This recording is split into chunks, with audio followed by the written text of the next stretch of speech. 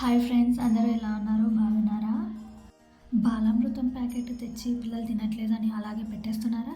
ఒకసారి ఇలా ట్రై చేసి చూడండి ఫ్రెండ్స్.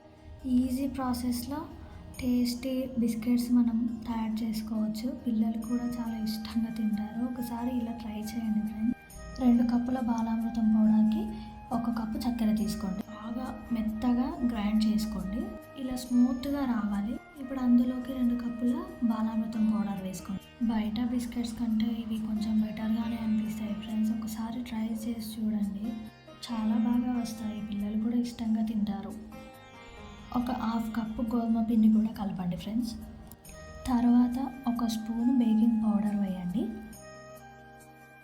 కొద్దిగా ఉప్పు, కొద్దిగా ఇలాచీ పౌడర్, ఇవన్నీ వేసిన తర్వాత బాగా మిక్స్ చేయండి ఫ్రెండ్స్. చక్కెర అనేది బాగా కలిసిపోవాలి పిండిలో.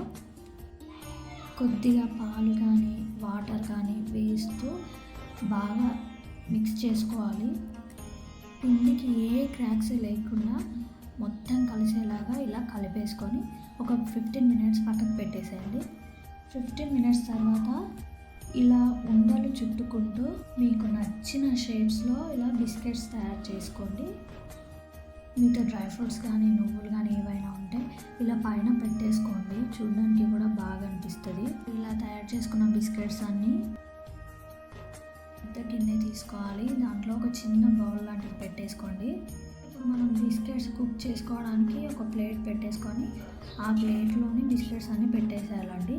ఇలా 15 నిమిషాలు లో ఫ్లేమ్లో, 15 నిమిషాలు హై ఫ్లేమ్లో కుక్ చేయాలి.